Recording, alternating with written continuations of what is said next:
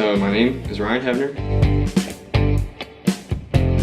and what I do is I basically take different pieces of metal, copper, brass, aluminum, and I'll take those and use them on our machines at different pressures with different abrasives, and then I come back in here and use this little guy, the Surface Roughness Tester. This has a little needle on the bottom.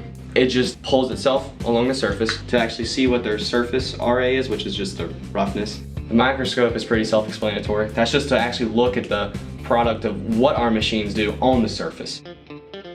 Then I put it in little charts and take pictures in the microscope, and that's my finished product.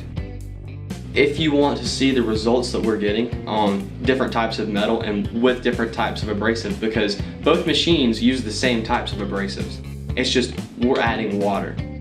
Even looking under the microscope, you can see with sandblasting, it has a rougher and less appealing finish compared to our more polished and smoother finish. So if you're wanting to buy a machine, you can look at this data and choose which machine you want.